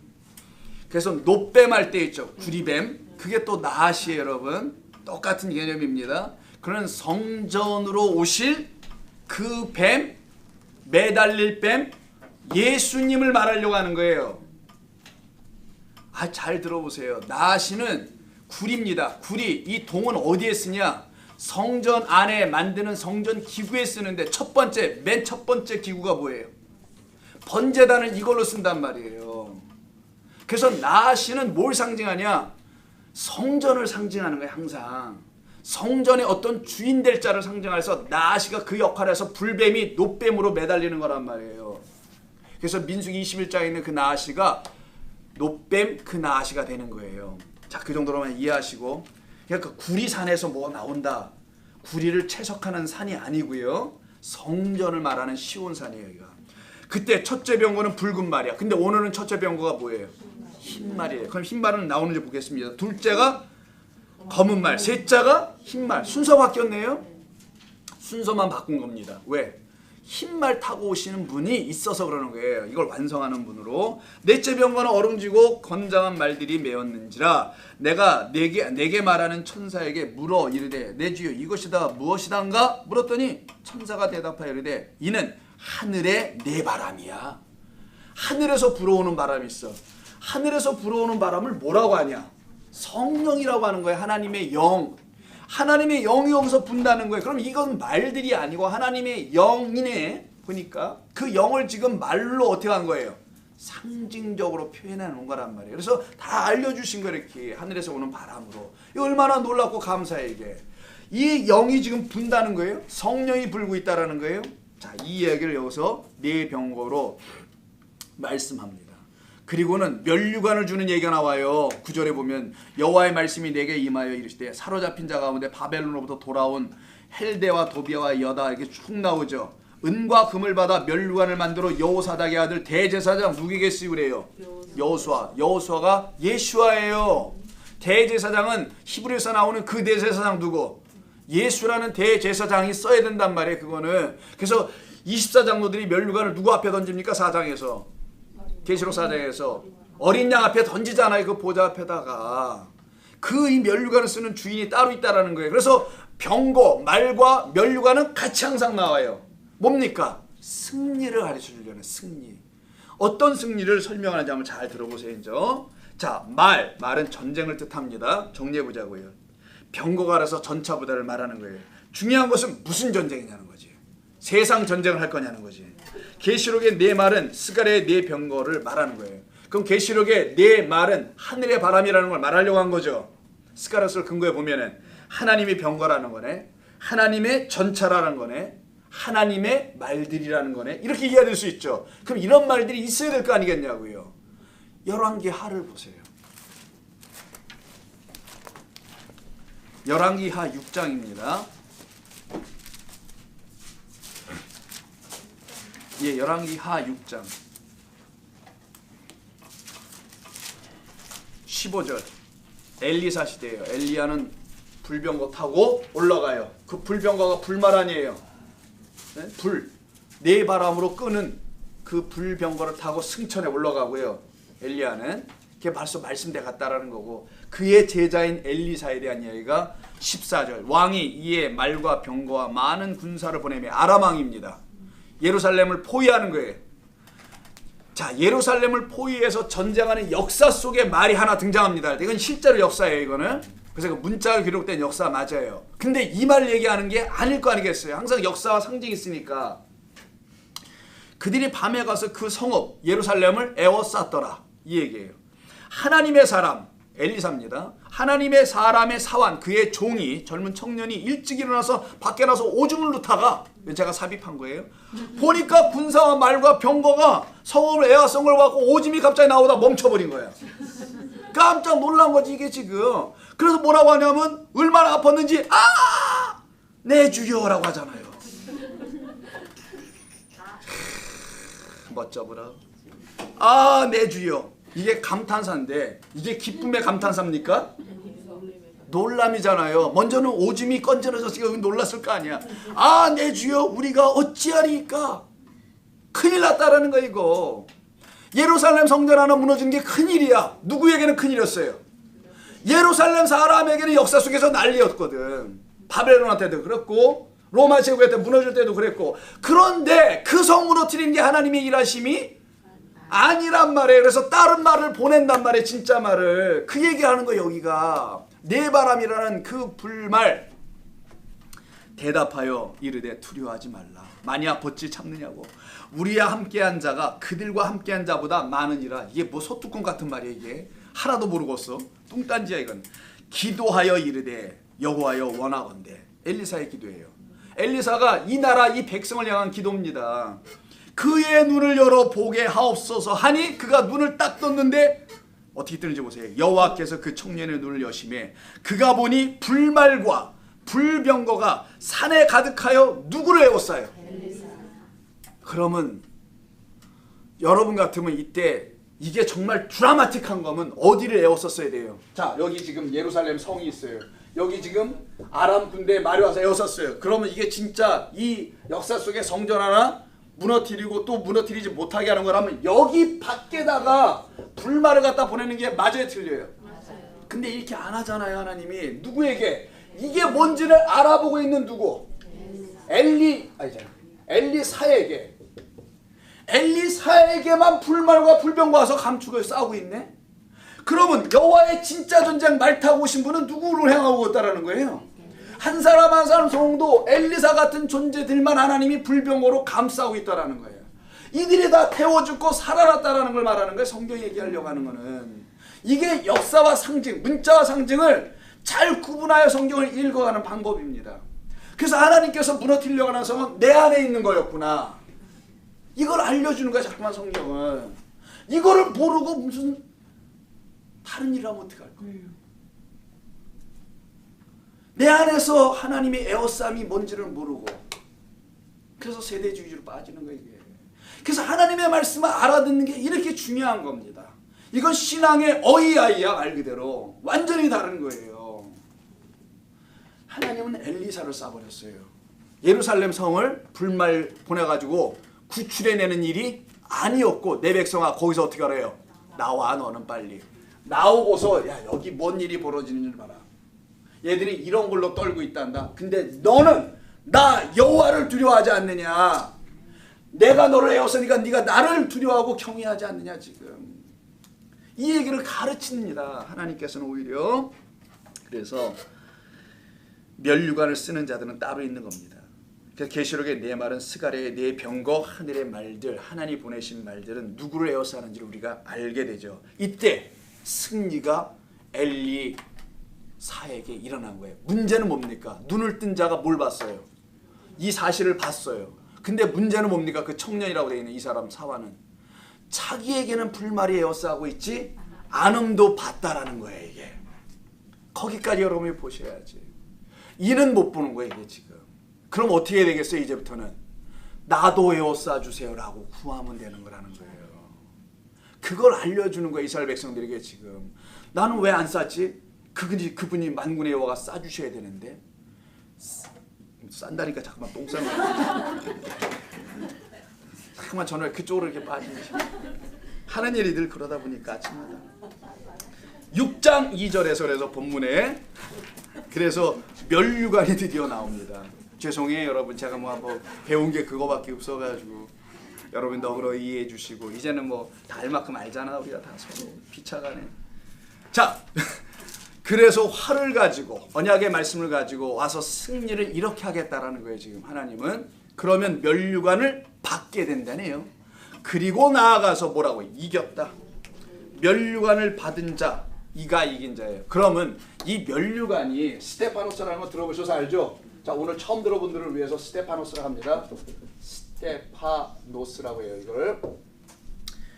이 멸류관을 스테파노스라고 하는데 이 면류관 앞에 붙는 수식어가 좀 있어요. 자, 아시는 거 무슨 면류관 있어요, 여러분? 생명의 면류관. 아이고 좋아. 이거부터 시작해야 돼. 이런 거만 알고 있어. 또 의의 면류관. 아이 가르쳐줄게. 3번 하나만 더. 영광굴비의 면류관? 아니. 가시면류관. 가시관이라고 돼 있으니까 여러분 자꾸만 면류관은 모르시죠? 사실은 가시 똑같이 가자고요. 이렇게 성경 일관되게 번역을 안 해가지고 그냥 이왕에 일관되게 번역만 했어도 여러분이 다 알아들을 수 있게 돼요. 1차적으로 번역에 가장 큰 문제도 있다라는 거예요. 어려운 번역은 어쩔 수 없어. 다른 나라 외국어로 번역하는데 얼마나 힘들겠어요, 그분들도. 나 그건 다 이해한다는. 근데 중요한 키워드는 막 그냥 가시관. 그러니까 가시로 쓴 것만 생각나. 그러니까 뭐만 생각나? 얼마나 아프셨을까? 이것만 생각나는 거야. 이게 면류관인 줄 모르고 이 승리의 관인 줄 모르고 그냥 이게 고통의 면류관인만 알고 있다는 거지. 자, 요때 쓰는 거예요. 수식을 잘 보세요. 가시관 쓰지 않고는 이거 안 이루어진다는 거겠네, 결국은. 예수님의 순서를 봐요. 이거 썼으니 이런 것이 오는 거 아니겠냐고요. 당신이 이거 쓰고 의의 생명의 면류관을 우리에게 주시려고 해서 24장로가 쓴 거 아닙니까? 24장로한테 가시관 씌워줬어요? 아니잖아. 여러분 다 벗어버릴 걸, 가시관 씌워주면은. 그렇지. 그래서 그거는 그분이 쓰시고 나머지는 우리에게 주신다는 거 아니에요? 이걸 전부 다 생명의 의의 면류관들은. 자, 그러면 가시 면류관의 의미가 뭐냐는 거예요. 고난을 이겼다라는 거 아닙니까? 환난을 이겼다라는 거잖아요. 성도들의 환난은 뭐라 그랬죠? 하나님의 말씀이 없는 상태에 들어가 있는 거라 그랬잖아요. 그런 말을 주지 않는 것 속에 살아가고 있는, 그게 진짜 성도가 만난 환난이라는 거, tribulation이라는 거. 그 환난을 이기고 승리하는 거예요. 그래서 약함으로 죽는 거예요. 진리를 가진 자는 이 세상과 싸우지 않아요. 싸움을 겨루거나 이러지도 않고 진리로 승리하여 그 고난을 이긴 자, 이들이 쓰는 것 갖다가 스테파노스라고 합니다. 그런데 이렇게 이기고 쓰지 않고 그냥 쓰는 게 있어. 나는 왕자다 이라고 쓰는 인간들이 있어요. 그들을 갖다가 디아데마라고 그래요. 이 관을 디아데마라고 합니다. 요거는 왕관이에요. 왕관을 쓰는 자가 있어요. 왕관을 쓰는 자들은 디아데마를 썼다가 구분해 놓습니다. 그리고 이 스테파노스를 쓴 사람들은 반드시 고난을 이긴 자들로 해요. 그래서 네가 참고 인내하고 이기는 자라고 아까 마태복음 24장에도 말했잖아요. 고난을 참고 이기는 자, 그들에게는 끝이 온다면서요. 세상 끝이 아니라 그 율법의 마침이 너희들에게 올 거야. 은혜가 너희들에게 도달할 거야 라는 거 가르쳐주는데, 이분들은 이거 쓰시는 분들이 있다니까 이분들은 디아데마라는 걸 써요.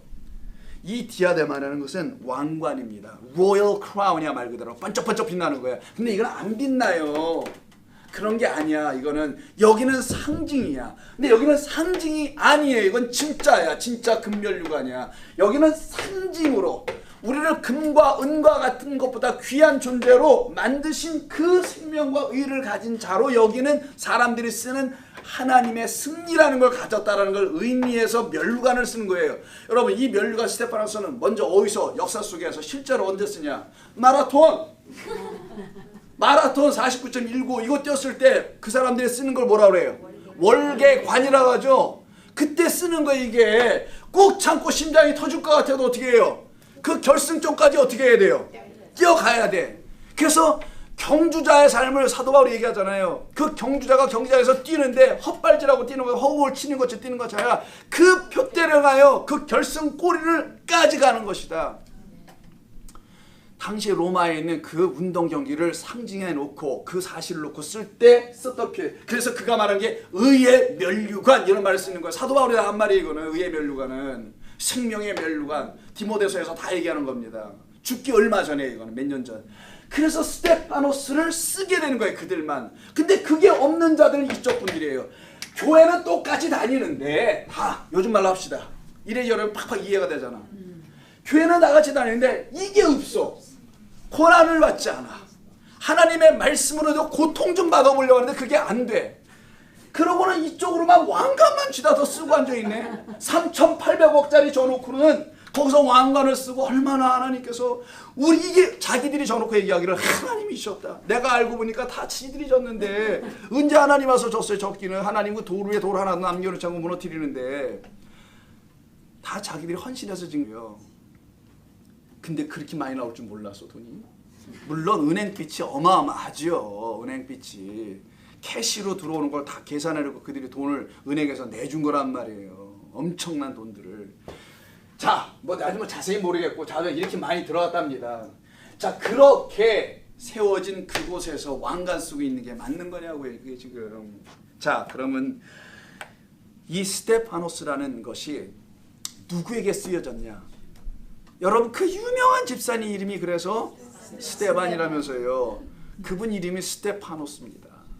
똑같아요. 그럼 그분이 고난을 피하고 짱돌을 피하고 그리고 살아났나요? 아니잖아요. 복음을 다 전하고 그 돌에 맞으면서 죽으면서 쓴 거란 말이에요. 그래서 그의 이름을 스테파노스라고 해놓은 거예요. 이게 장난이냐고요. 아니 성경이 이렇게 맞춰서 너무 좀 심하게 맞춘 것 같지 않아요? 내가 볼 때 이건 짜고 친 거야. 완전히 고스톱이야. 이 정도까지 맞춰낼 수는 없을 것 같아요. 그 말은 뭐냐?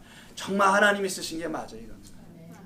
아니 스테반한 집사는 언제 예배해놨어요? 7집사 중에 1번으로 나와요. 그가 또. 그 다음에 2번이 빌립이야. 3, 4, 5, 6은 역사 속에서 이름 만능자까지 얘기하지 않아요. 다 1번, 2번처럼 살아갔다고 얘기하는 거지. 복음 전하면서. 딱 두 사람 빌립하고 그리고 1번 스테반만 얘기해. 이렇게 죽었다라는 거야. 야, 얼마나 멋져. 그래서 보좌에 앉으신 누구를 봤대요? 우리 주 예수 그리스도를 보고 죽는단 말이에요. 그가. 자기 안에 누가 거하신지를 보고 죽어요. 이게 성도는.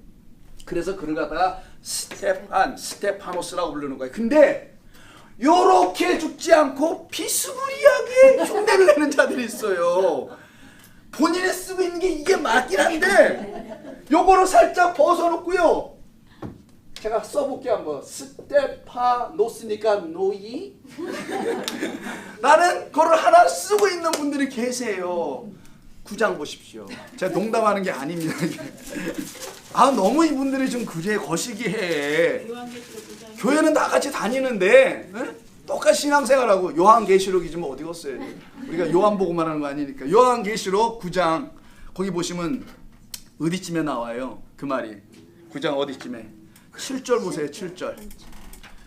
자, 황충들이 모양은 전쟁을 위하여 준비한 뭐 같답니까? 여기도 말이야. 황충이 메뚜기입니다. 노란 메뚜기예요. 누런 메뚜기. 그 메뚜기장 아시죠?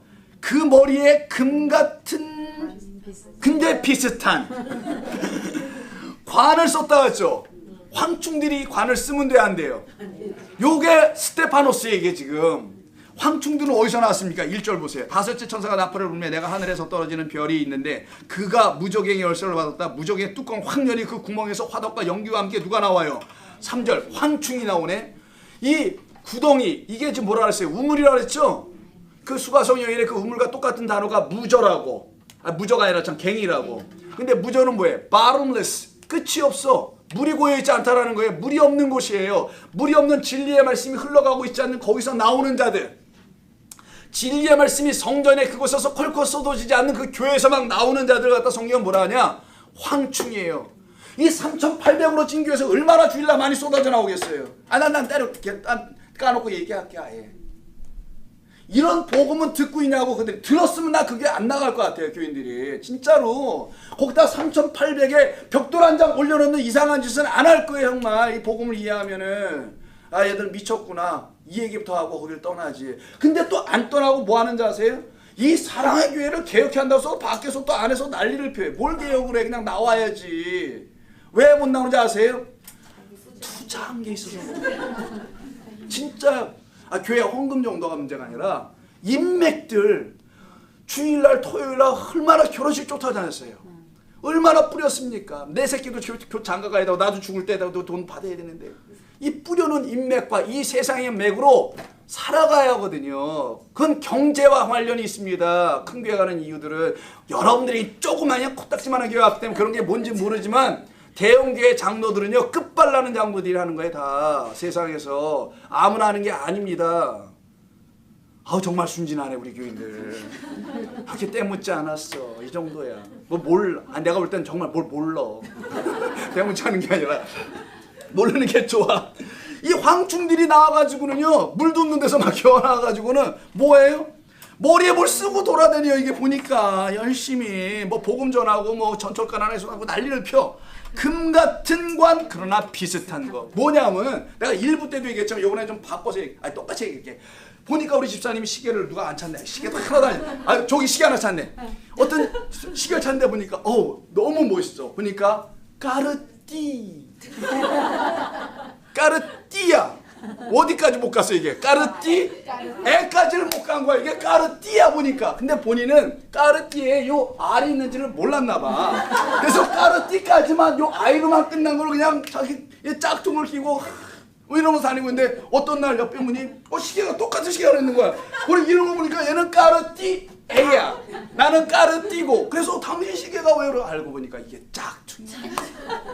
가짜 뭐뭐 같은 거였네. 그럼 어떻게 되겠어요? 내가 낀 게 부끄럽지. 순간에서 어떻게 합니까? 손으로 아니지. 가리고 다음 주부터 차고 오겠어요? 절대로 못 찹니다. 벗어 버리게 돼 있어요. 근데 얘들 황충은요 이걸 쓰고 말까지 다 돌아다녀. 이거 지금 돌아다니면서 열심으로 자기가 이걸 쓰고 있다고. 근데 주님 말씀하시는 거예요. 같은. 그래서 여러분 앞에다 알아서 붙이세요. 딱 같은 자 앞에다가 가로치고 글자 외자가 나오면 개 같은 뭐 이런 것이 되기도 하고요. 두 자면 뭐 사람 같은 뭐 여러 가지가 나와요. 이 같으냐 이건 진짜가 진품이 아니었다라는 거예요. 이걸 쓰고 스테파노스라고. 고난은 뭔지도 모르는데 또 이 고난은 또 무슨 집에서 뭐 남편과의 고난, 시어머니의 고난, 뭐 자식들과의 고난, 성도들 사이에서 무슨 그런 거 이런 게 고난인 줄 알고. 그러니 한두 끝도 없죠 이게. 죽어야 끝나 이게 정말. 죽으면 해결돼. 그래서 뭐뭐와 같은 이는 호스라는 단어를 써요. 그러니까 호스 이렇게 이 단어가 있습니다. 이게 키워드예요. 이런 게. 이들은 스테파노스와 같은 거지만 사실은 디아 데마를 쓰고 있다. 데마야 데마. 13장을 보세요. 12장을 보세요. 이 디아 데마 쓰고 계신 분을 확실히 성경 보여줍니다. 자기가 스스로 세상에 뭐가 되어 있는 거예요? 왕이 되어 있다고 하는 하늘의 또 다른 이적이 보이니 12장 3절 보라 큰 붉은 용이 있어 머리가 7개야. 아이고 7 말씀을 상징한다는 거예요. 흉내낸다는 거예요. 뿔이 10이야. 10개의 말씀 언약. 자, 그 여러 머리에 7 왕관이 있어요. 왕관이. 이때 이 왕관을 스테파노스라 하지 않고 디아데마라고 이렇게 구분해 놓는다라는 거예요. 잘해서 멸류관 같아 보이지만 결국 부끄러워서 벗어버려야 할 디아데마라는 걸 쓰고 있음에도 불구하고 자기는 끝까지 나는 구원받고 예수 열심히 믿고 섬기고 이래야 된다는 거지. 메뚜기들입니다. 이들이. 메뚜기는 이렇게 또 숫자가 많잖아요. 우리 교회 메뚜기는 이렇게 작은지 몰라요. 붉은 용이 쓰는 관이 있다라는 거예요. 그게 디아데마입니다. 이때 디아데마에서 1부 때는 제가 안 했는데 시간 있어서 좀 할게요. 여러분 시간 많잖아요. 디아 무엇을 통하여 라는 뜻이고요. 데마는 대오에서 와요. 대오가 뭔지만 알면 됩니다. 묶다. 끈으로 묶다예요. 자, 그럼 벌써 알겠죠? 풀어주시는데 우리 주님은 루어 해야 되는데 루어는 풀다예요. 루어 이게 아까 5장에 지난 5장에 하는 건데 이게 풀어주시는 하나님인데 진리로 풀어주시는 이걸 묶어버려. 인간의 생각, 자기의 생각 이런 걸로 묶어. 계속 묶으니까 어떻게 되겠어요? 세상이 묶이고 자기에 묶이고 삶에 묶이고 생각에 묶이고 이 세상 가르침에 묶이고 죄다 묶여버리네.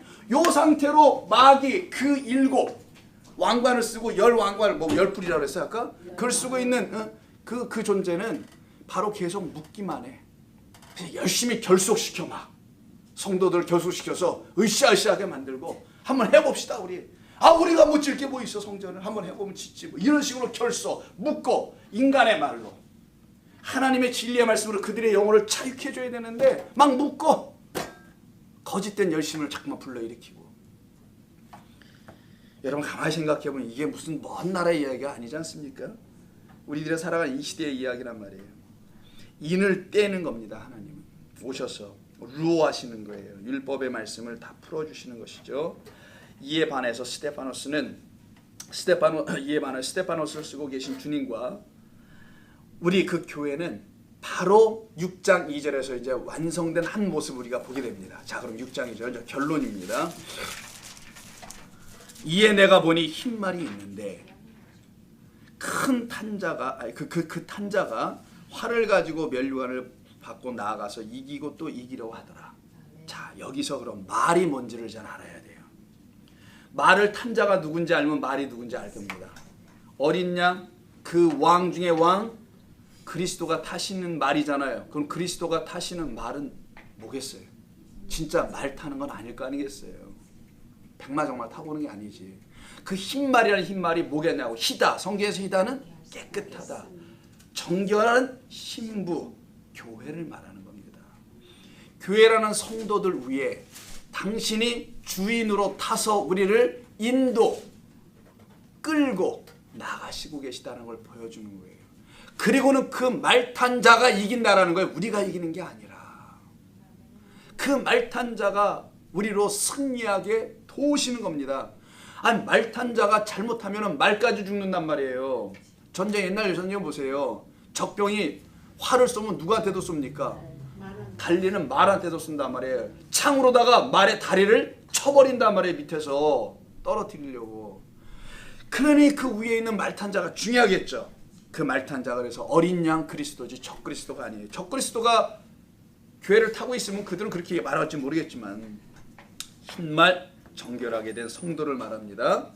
그래서 말은 교회요, 말탄자는 그리스도요, 흰말이라는 정결한 성도, 깨끗하여진 말씀들을 말하는 거겠죠. 성도들을. 예수님은 정결한 당신의 흠없는 말씀을 갖고 있는 교회를 통하여 일하신다는 뜻이에요. 끊임없는 전쟁을 하신다는 겁니다. 그 말들의 모임을 여호와의 군대, 하늘의 네 바람이라고 하는 거예요. 여러분들이 보통 사람들이 아니야. 평범한 사람들이 아닌 걸 꼭 아시란 말이에요.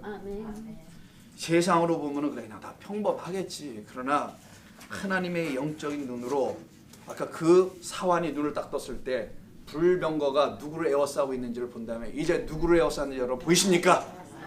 그럼요. 여러분과 여러분의 자녀들을 에워싸야 합니다. 정결한 주의 신부들을 통해서 복음이 선포될 때 이기게 되는 것이라는 걸 알려주는 거예요. 그 세상 나라, 율법의 나라, 그 나라를 이기시기 위해서 이 땅에 오셔서 다 이기신 거. 그래서 요한계시록은 완성된 거예요. 다. 그리고 내 안에서 어떻게 이루어지는지를 보여주는 거고, 그래서 내 안에 어서 속히 오시옵소서라고 하는 거예요. 마지막 끝에가 계시록 22장이에요. 오늘 6장 1, 2절을 하는데도 좀 오래 걸렸는데 다음 주는 먼저 3, 4절도 좀 해나가기로 하고요. 뭐 그렇게 되지 않을까. 일단 둘째, 셋째인, 가능하면 넷째인까지 한번 해보고 안 되면 되는 데까지 한번 해보도록 하겠습니다. 오늘 쭉 말씀을 들어보니까 대략적 그런 마음에 뭐 들어오시는 게 있었죠? 그 말씀 그대로입니다. 그 말씀대로 여러분 지어져 가고 있는 거예요. 그래서 오늘은 지식으로 하면은 이게 뭐구나 알았지만 이게 내 안에 적용되는 것을 알면 그분이 나를 타신 거구나, 나의 주인이시구나 라는 걸 알게 된 거죠. 그런 그분의 통치를 받습니다. 기도하겠습니다. 하나님, 우리 하나님은 우리를 너무너무 사랑하시는 하나님이심을 다시 한번 깨닫습니다. 주님은 우리에게 이와 같이 찾아오셨고 가시 면류관을 쓰시고 우리에게는 의의 생명의 면류관을 취하도록 하셨사오니 이 얼마나 감사한 일입니까? 주님께서 하신 모든 일들에 영광이 있음에 감사하며 성도들에게도 이와 같은 영광이 나타나게 하여 주시옵소서. 기쁨과 감사와 찬송이 넘쳐나며 희락과 평안의 소식을 날마다 듣고 또 전할 수 있는 기쁨의 백성